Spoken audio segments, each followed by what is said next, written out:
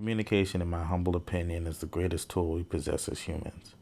The ability to take an idea and place it into another person's mind is awe-inspiring if you really think about it. Coupled with the internet and its ability to take a message around the world in seconds, it can only get better. These are our conversations. Hope you enjoy. All right, everybody. My name is Mikey T. I'm the CEO of UITC Group. We're a marketing and branding company which help companies discover, develop, and deploy their brand identity and their brand story. Welcome to Listen, Learn, and Ask Questions. Today, we have a very, very special guest. We have Miss Mayor Shawyn Patterson-Howard. Is SPH? I'm glad to be here with you. I'm glad you've come to visit. Madam Mayor, thank you for your time. Thank you for your commitment to the community and doing something like this. A lot of people would be surprised, and some people probably wouldn't even do it. So I would definitely like to say thank you on behalf of me, the city, my team, everybody. Well, thank you for considering and taking out this time to come and sit with me and ask great questions. I'm looking forward to our discussion. All right, so we're gonna do the general introduction. You're the first woman, Black African American, first woman elected in the city of Mount Vernon. Elected in the city of Mount Vernon. Yes. Mayor, and that is amazing. So I have to ask you the typical question. This is your first elected official job. Yes. So how did that come about? Look, I've been a resident of Mount Vernon all my life, born and raised here. I grew up in a time where Mount Vernon shined much brighter than we've seen it shine in a while.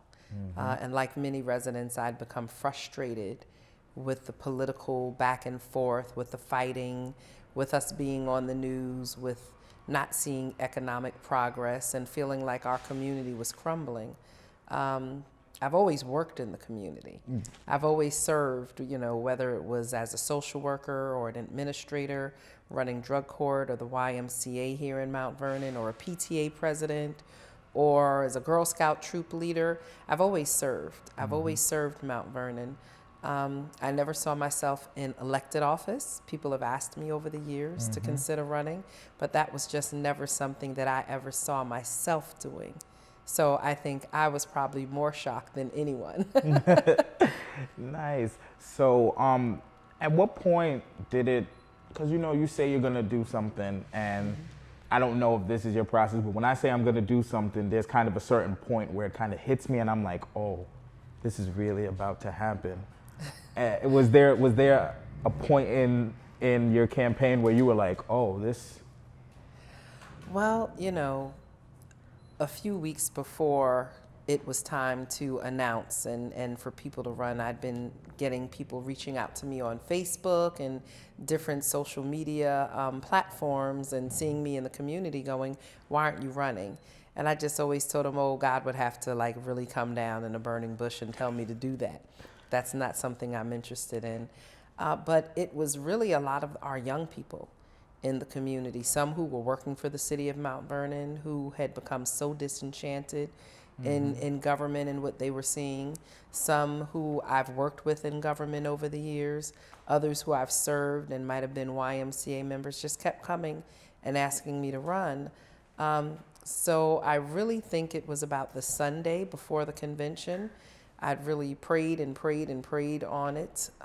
It was about a 72-hour turnaround. I got calls all day on one Saturday. I think that was like the 16th of February. I prayed throughout the night. Sunday morning, I was like, okay, maybe this can be a thing. I had a meeting with some young leaders on that Sunday night, and they were like, this is the process. This is what you have to do. And so I said yes, but then I was still terribly nervous. But by Monday, I had to get on the phone and start making phone calls to the Democratic chair and to other elected officials, because Tuesday was the convention and you had to give notice that you were going to run. And so on that Monday morning, I picked up the phone with my daughter standing over me, going, call this one, call the next. I was like, I can't. The Monday before. Before the convention, yeah, wow. Literally. Like I said, this was about a 72-hour turnaround for me to do this. And it was young people and that really encouraged me to do this. They said they needed a hope for a better Mount Vernon and a future of Mount Vernon. Too many of our young people were in the process of tapping out. Too many of them were thinking about moving outside of Mount Vernon. And many of them said that this was no longer the place that they felt would be a good place to invest in, purchase a home, start their career, and raise their family. And that broke my heart. Wow. Wow. So you're on the trail to making Mount Vernon the jewel of Westchester, or Yes. rebuffing us. We're As the buffing jewel- up. as the jewel of Westchester. So let's get down to the personal. Who is Shawyn Patterson-Howard? Where is she from? Well, I was born here in Mount Vernon, May 1968, so I'm 51 years old. Who were you born? I'm May 14th. Okay, May 11th. We're both Tauruses. I was educated at Longfellow Elementary School, graduated from there in 1980, went on to A.B. Davis and was in the humanities program at Davis and graduated from Mount Vernon High School in the incredible class of 1986. I left and went to Howard University, and I became Bisons, yes, Howard Bisons, and I studied social work. I went there to study law, but then, social work grabbed me because I've always had a passion for people and serving people, and I just felt that social work would put me on the preventative end and the curative end of working with people. It just gave me a little more latitude maybe than law might. Okay. To reach them in a different way. And so I did that, and I came back to New York. I married my husband while at college when we had our daughter, and we moved back to New York. And I started working at AIDS-related community services. Then I came and worked for the city of Mount Vernon as the director of AIDS services of the HOPWA program. Went over to city court and started the drug court with the incredible Judge Brenda Dowry Rodriguez, who was our chief judge over there, and an incredible drug court team. Left there, took some time out of Mount Vernon to work, and then came back because the YMCA in Mount Vernon was going to close. And I had been working on a grant, and when I went to get the grant signed, the CEO at that time said, "Have you ever thought about working for the Y? And if you don't, it's going to most likely close." And so I took on that challenge. And what year was that? That was in 2004. 2004. I was in the YMCA at that time. Yes, you I were. was in the YMCA at that time, and it was always funny because I was at the YMCA and my sister worked at the YMCA as well. Okay. So I was in the older kids section and my sister worked with the younger kids. September 2004 is when I started at the Y in Mount Vernon, and I was there until May of 2008. I didn't feel like the Y that was overseeing us was really invested in keeping it open and willing to put up the type of capital that we were going to need to repair the building and bring programming up to standard. And I have a very hard time underserving my community and expecting them to just accept it. And since we could not come to an agreement around the quality of services that this community deserved, I stepped away and went and did some consulting and ended up at the Y in Yonkers about 6 months later. Wow. And came here for a little while to work for Richard Thomas, went back to the Y, and decided to run for mayor. And we're here. And here we are. Here we are. And an amazing story. So one of your key phrases and one of your key terms is from the streets to the suites. What was the motivation behind that? Being born in Mount Vernon and being born in a Black community, not the best of opportunities. What was your drive? What was your push to keep fighting for the best, and not only fighting for the best for yourself, but looking to inspire and carry people who wanted to be carried with you? So, I was born and raised to a single mother. And for many people, they feel that put me in a place of disadvantage. But my mother made sure that she surrounded me with resources. My first 8 years was spent with my mother living with my grandparents because she was unmarried until I was about 8. And we were over there on the south side of Mount Vernon, and that's where I lived. Then we moved, she got married, and we moved over to the plaza. And so when I talk about from the streets to the suites, people see me now and they don't know my story. They don't know that I was raised with a single mom who didn't have a college education. You know, I wasn't raised with pearls and pumps. I wasn't raised with a silver spoon. I was raised with a mother who worked very hard to give me the best opportunities that she could. I went to college on full financial aid. You know, it wasn't an academic scholarship at first. It was full financial aid because we were low income. I was able to get an academic scholarship later on, and I started working pretty much full time when I was 14. So I say that because I need people to understand where you start is not where you have to finish. People often look at Mount Vernon's South Side and feel that you're automatically disadvantaged. And we know nationally that based on your zip code, that has a lot to do with your future, your education, your health, your safety, and your housing and your quality of life and the longevity of your life. But I was born in 10550. And for me, that doesn't have to be a bad thing. And I just really wanted people to know that you could be a South Side girl. And I will never give up my South Side. I still live there. I think I'm the only elected official in the city of Mount Vernon that lives on the South Side of Mount Vernon. And I've never run away from my South Side roots, and I won't begin to do that now. Nice. That is amazing. So eventually, are we going to get because I know Harlem is Soho, are we going to get a Somo? Are we going to start to South Mount Vernon? South Mount Vernon, Somo. It's a thing. It's a thing. There's a lot of development opportunities here in Mount Vernon. You know, you look at Sanford Boulevard corridor. That's still an area that we need to develop. Mount Vernon Avenue corridor, that's the south side. There are a lot of opportunities still in southern Mount Vernon and the south side of Mount Vernon that we need to look at and need to work on. So we could have a SOMO. I wouldn't be mad at that. When you look at Memorial Field is in South Mount Vernon. And so with the Memorial Field and potentially bringing in a hotel there and some extra restaurants, yes, we have people who are here right now who are interested in building a hotel down on that deep South Sanford Boulevard corridor right near Memorial Field. Mount Vernon, there are a lot of opportunities that are awaiting us. Wow, and that's something amazing, because with building a Memorial Field, I look at it and I see those track lanes, and I see I think of something like Penn Relays, and I think about the Jamaican and Caribbean population with track and fields and how we can attract those type of events to come to Mount Vernon and have to have a hotel right there, soccer, football, all of tennis. Skate park, you know, how can we connect with Tony Hawk? Because we have a lot of our young people who are very interested in skate parks also, so we will have a skate park at Memorial Field. Mount Vernon is a very musical community. I grew up with Puffy and, you know, Heavy and Eddie F. and Pete Rock and CL Smooth, I'll Be Sure. And so we're going to have a 3,900 seat stadium. That's a major venue.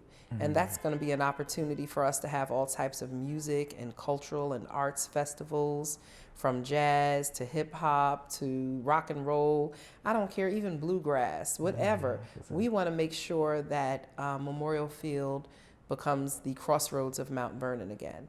And that it's not just a sports stadium, but it's also a stadium where we could celebrate cultural arts. It's the gathering place. That was amazing. Speaking of Heavy D, I remember when I was in high school, I was a part of Healthy from Birth for Life. Yes. And my mentor, Miss Michelle Gordon, yes. She was working there, and I remember she had moved back. From White Plains, she moved to North Carolina. She went to school, and then she came back to Westchester, and she was talking to us, and she was like, "Yeah, wow, I can't believe I'm in Mount Vernon, the place of Heavy D." We were 16 at the time. We were like, "Who?" She was like, "You don't know who Heavy D is? Money earned in Mount Vernon?" And we had never heard that term before. We were in high school and we had never heard that term, and we looked up Heavy D, and it was just so crazy to watch the Heavy D Money Earned in Mount Vernon video, because to go from the gas station that's down there on South Columbus to be on 4th Avenue, to be right over here, right where that Mount little Vernon, park you right saw Mount there. Vernon in lights. Yeah, it was like, whoa. How did you not know? It was so crazy. And no, that's one of the things that is very exciting for Mount Vernon right now, just to know that we're slowly progressing to where we used to be and moving even And further and moving even beyond. further. I mean, I had, just a quick story on Heavy and Eddie F, because Eddie F was popular first as the DJ. And then Heavy would show up and rap at the different parties. So, when I was in high school, we were preparing to go to Africa with Dr. Larry Spruill. We were going over to Senegal and the Gambia. And we had to raise thousands of dollars to help underwrite the costs of our trip. And so we planned parties almost every other week at the Akbar on the second floor, and Eddie F was our DJ. And Heavy would always come carrying the crates, and then spit a few rhymes at the parties. This was before they were signed. We were still in 11th grade. Hev was in 12th grade, and Eddie was in 12th grade that year. And they really, really kind of committed to working with the Black Unity Club at that time to keep their prices low so that we could use most of the monies that we got at the door to go straight to our trip. So, Eddie F and Heavy had a lot to do with me and about 30 other students from Mount Vernon being able to go over to Africa and have an incredible cultural and life-changing experience. Wow. Yeah. So, based off of that experience, how important do you think it is for travel, especially for our young people, to adapt them and get them ready for the world that we live in? I mean, travel is critical. 30 some odd years ago when I went to Africa, it was a rare thing. But now we live in a very global economy, and the world has become so much smaller because of the internet. We're not just, we have to understand cultures around the world, because we are truly a melting pot here in the United States. Mount Vernon is a melting pot. And I believe that travel opens up a person's mind to possibilities, to seeing what the world is around them. I think it really turns on a light switch in a person's mind and in their spirit that helps them not only see the world, but understands their role in the world and the opportunities that await them outside of their local community. I look at so many young people like you, and my daughter. You grew up with Nia. Y'all went to Holmes Elementary School together, and you guys are travel beasts. You pick up and go. Malcolm, who is my special assistant, travels internationally 3-4 times a year for 3 or 4 day junkets. Whereas, a lot of people in my generation, we were saying, oh, well, we need about 8 to 10 days to travel. But I'm looking at young people, they say, oh, I'm going to take off Friday and Monday and I'm going to Australia. Amazing. Amazing. So I think travel is very, very important. Nice.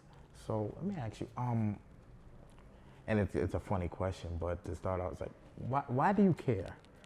Like, why do you care about people? And I always tell this story. There was a time when I felt really down and I felt really depressed. And I don't even remember putting it up on Facebook, but I put, I'm depressed. And I think I had just left it and I fell asleep.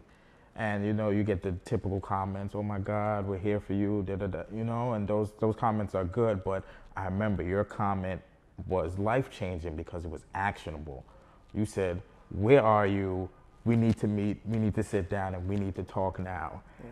And we sat down for over an hour, and I cried at the conversation that we had.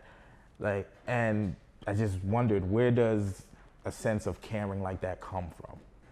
That's just who I've always been. That's how I've been wired. My husband, Marvin, called me a campus pal. He said when he met me, every time we would walk, he could see me looking around to see who might need help. He said if someone looked like they were lost, you'd walk up to them, oh, how can I help you? But I think that's who I've been since I was a child. My grandmother and grandfather were very, very giving. My mother was very giving. And I was raised around people who were giving. I look at my Aunt Dolores, and she's mentored so many people. My godmother, Nellie Thornton, always extended herself outside of her household to give so much back to the community and the world around her. And so I was just raised around people who believed that helping was part of who we are and what we're supposed to do. And then I guess later on in life, when I really became more active in my faith, then it just almost felt like a spiritual mandate as well. And so I love people. I do. I love people. There are some people who get on my nerves, but I'll help them too. And I don't know how to explain it other than to say that's just how I'm wired. That's how I'm built. That's how I flow. And helping people makes me happy. And, during the campaign, a few of my campaign workers asked me, like, what do you do for fun? We'd like to do some fun facts about Shawyn. I said, I help people. That's what I do in my free time. When I don't have anything else to do, I find opportunities to volunteer and become engaged in community or church activities or something like that, that at the end of the day helps other people. When I saw your message on Facebook, I think it was more than I'm depressed. I don't think it was just that. It wasn't a lot. It wasn't a big cry out or shout out, but I knew that wasn't you. Every time I've seen you, whether you were at the Y or when you came to my office in 2016 and I got to meet you and encounter you all over again as an adult. Anytime I've seen you volunteer in the community, your huge smile is your signature. Your heart and your desire to give back to the community is your signature. So even if it was 2 words, I'm depressed, that didn't sound like you. And for you to put that in such a public place, I knew I had to find a way to get in contact with you and connect just to make sure you're okay. We've become a community and a world that is very casual. And we'll put an emoji up. We'll put up praying hands. And we'll say, oh, get better. And we really don't know what someone is going through. And I'm not saying that you would have done anything to yourself if we didn't have an opportunity to meet up, but we just never know. And so I think it's incumbent upon us as people to stretch ourselves a little bit more and come off of social media and find a way to touch people one-on-one just a little more often. We never know that when what we say can make a difference, not just in someone's life, but help to turn their day. I like that. So for people who are growing up and like you and like to help, how do you know when it becomes a healthy time to stop helping? Well, I mean, you have to know, well, I'm not the best advice giver on that because I extend myself a lot more than my family and my friends and sometimes my staff even would like me to. But again, that's how I'm built. You can't help people while hurting yourself. So while you're helping people, you should not necessarily be hurting yourself or not taking care of your responsibilities at home or in your job. When the stress becomes too much for you to handle, then the question is who's helping you? Do you have some accountability partners who can see when you're becoming burnt out and kind of pull you back? And so I have coaches, I have mentors, I have prayer partners, I have, my family and my friends who sometimes tell me, Shawyn, stop, take a moment for yourself, pull back, because you can't give people out of your reserve. You need to give people what you have out of your overflow. You have to save something for yourself. And what would be something that you would tell a young person who is on the fence of finding themselves and wanting to follow their dreams? What would be your advice to them? Well, find some people who you can sit down with and have some real conversations with. Sometimes we have a vision and we have goals for ourselves, but we just sit there and we let those thoughts swirl around in our heads. And so I think it's important for people to have a mentor and a coach. A mentor sits there and kind of helps you figure out which way you want to go and gives you good advice. And then a coach, once you determine what you want and where you need to go, they're going to sit there and coach you and help you get there. And sometimes you need help beyond yourself and beyond just your circle of friends to figure it out. Life is huge. Life is complex. And there are so many different directions that you can go in career-wise, relationship wise, with your finances, you know, socially. And so to have advisors, treat yourself like a brand, treat yourself like a corporation, and go out and identify your own personal board of directors. Who is willing to invest in me? Who's going to give me good advice around relationships? Who's going to give me great advice around career, around money management, around work and stress, you know, personal issues that I might have? And make sure that you're checking in with those people so that they can help you fulfill your agenda for your life. Because they're not telling you the direction to go, they're just helping you to give voice to what's already inside of you, and then providing you with some technical assistance on getting from point A to point B to point C. That's amazing. Mayor Shawyn Patterson-Howard, thank you for your time, thank you for your expertise, and thank you for just being you, and thank you for being here for the city. Thank you. I'm going to say this in closing. I said in the beginning that, you know, running for mayor was not something that I had intended to do. And when we first announced, we got a lot of excitement, but we also had a lot of naysayers. Regardless of what other people thought, once I made that decision, I had to go and be all in. And so we oftentimes want to get everyone's buy-in about what we're doing. We want to get their approval. And we apologize sometimes because we've stepped out of our lane and people say, it's not your time, it's not your place, who do you think you are? And so I had to get to a place where I wasn't asking for permission, nor was I giving apologies for moving forward with my life. And it was easy, it was hard. It was hard in the beginning. It was hard trying to figure out the way and figure out which way to go and making sure that the people who were around you were giving good advice. But as we continue to talk to people and shake hands and meet people at train stations and do cottage parties and start to feel the energy and the hope and the dream that people had for a better Mount Vernon, when we started to understand how broken many people had become because they felt that they had just become jaded. And then I think when we really knew that this could be a thing and it could happen and that there was some type of change, and that I was no longer just a long shot, but that I was a real candidate, that didn't happen until June. That happened, I think, at the Grace Baptist Church debate. So I'd started on this path on February 19th, and it wasn't until June that we really, really, really felt this could happen. This could happen. At that Grace debate, it was a packed house. The energy in there was amazing. I was terrified because I'd never run for office, never been in a political debate.